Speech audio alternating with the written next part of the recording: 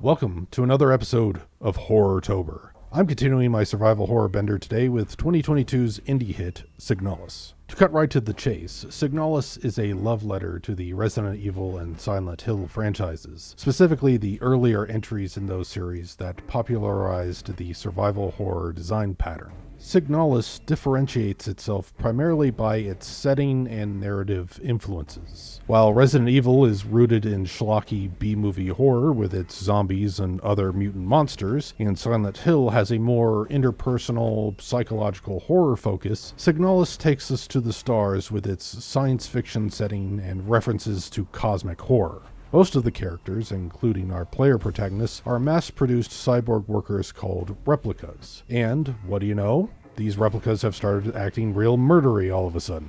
On a nuts and bolts level, I can see why Signalis drew a lot of attention. This is a well-made game for sure. What most immediately catches my attention are its aesthetics. Both creators of this game call themselves illustrators, and judging by what I see here, I have little reason to doubt their claims. Signalis has an incredible sense of style, from its 2D artwork to the PS1 era lo-fi character models and animations, to these wonderful perspective-shifting moments into close-up first-person puzzle interactions. All this is paired exquisitely well with great audio design and a score that fluctuates from delicate to dark ambiance with plenty of grinding, clangy industrial noise punctuating intense moments. From this strong aesthetic foundation, Signalis builds a crucial element for a good survival horror game: mood. I've talked a bit about the concept of mood here on this channel, so check out these videos if you'd like to know more. To summarize Signalis' mood, we are searching for a loved one in the remnants of a brutal society whose collapse was brought about by something unknown or perhaps alien. Our player character is propelled by obligation and concern, and we as players feel the push and pull between curiosity and fear as we go deeper and deeper into the darkness. Signalis' superb aesthetics certainly do the work of selling this ambiance, especially the dilapidated Sierpinski mining colony gulag where much of the story takes place. The very personal motivation of the protagonist is relatable, and the use of cosmic horror and some tried and true science fiction tropes help fill in the narrative dimension of this uneasy mood.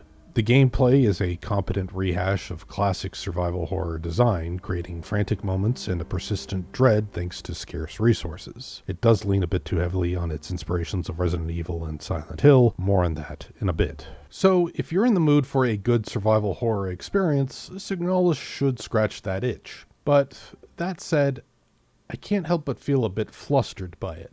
There's definitely something here that could make this more than just a well-made game. I'm left with the impression that Signalis' reach exceeds its grasp. What is fueling my consternation here is Signalis' incoherence. On one hand, this game is deliberately incoherent. Many aspects of this game operate on a clearly intentional dream logic. For instance, there's a part where we cut to a flashback sequence where our player character finds an item, and when we cut back to the present, that item is in their inventory. The game also establishes narrative elements like implanted memories and psychic projections, furthering the sense that what we perceive may not be real. Signalis is also obviously telling a story with a good deal of ambiguity, with the invitation for the audience to fill in the blanks of what is going on themselves. There's always a risk with this approach to storytelling, because when it's done poorly, it can feel wishy-washy and non-committal. Like the concept of narrative tracing I outlined in my review of The Banished Vault, you need to provide enough to ignite people's imaginations and, in this case, their introspection and contemplation.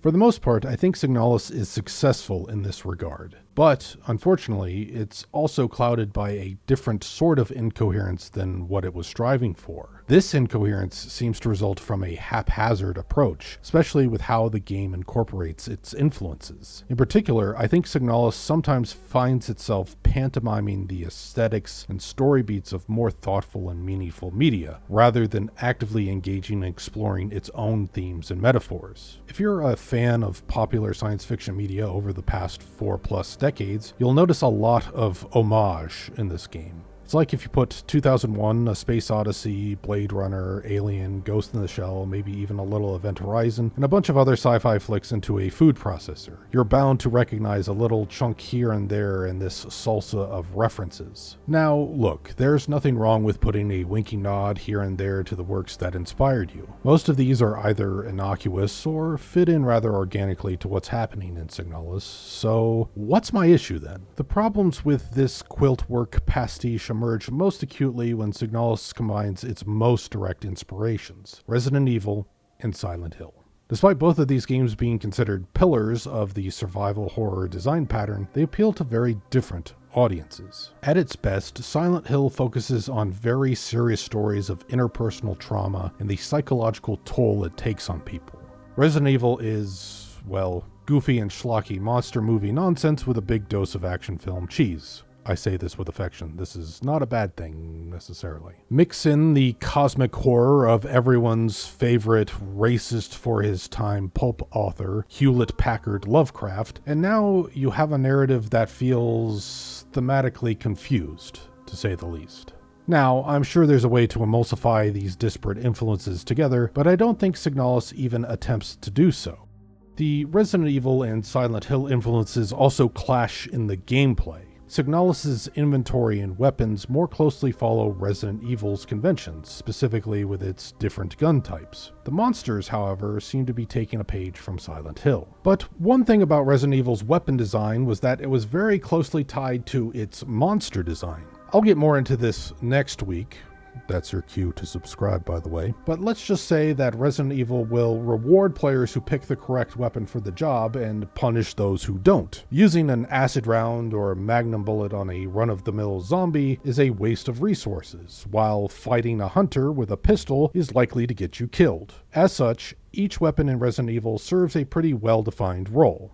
Well, most of the time. Signalis copies the weapons from Resident Evil, but doesn't adjust its monsters to match. In fact, most of the monsters in this game lack distinction, with the exception of the Calibri, who involve the underutilized radio mechanic. As a result, the functionality of this set of weapons feels much more arbitrary here. I used the word haphazard earlier, and unfortunately, I think that fits. Especially with regard to one more aspect of this game, which is its rather direct allusion to the DDR. No, not Dance Dance Revolution, but the Deutsche Demokratische Republik, more commonly referred to as East Germany here. Specifically, the flag of the in-game Yusan nation is pretty much the exact same as the East German flag. Now, I very deliberately don't get into politics on this channel, that's something I do elsewhere, so I'll just say this. I'm really not sure what Signalis is attempting to convey here. If this is an allegory, it gets thoroughly warped when you think about the lore of the Yusan Empire and such. It really feels to me like this was thrown in to add some political spiciness for the sake of flavor, not out of any sort of informed criticism of the DDR or as a meaningful tie-in to the narrative or the like. It's another example of Signalis undermining itself by playing fast and loose with thematic elements. Signalis is disappointing.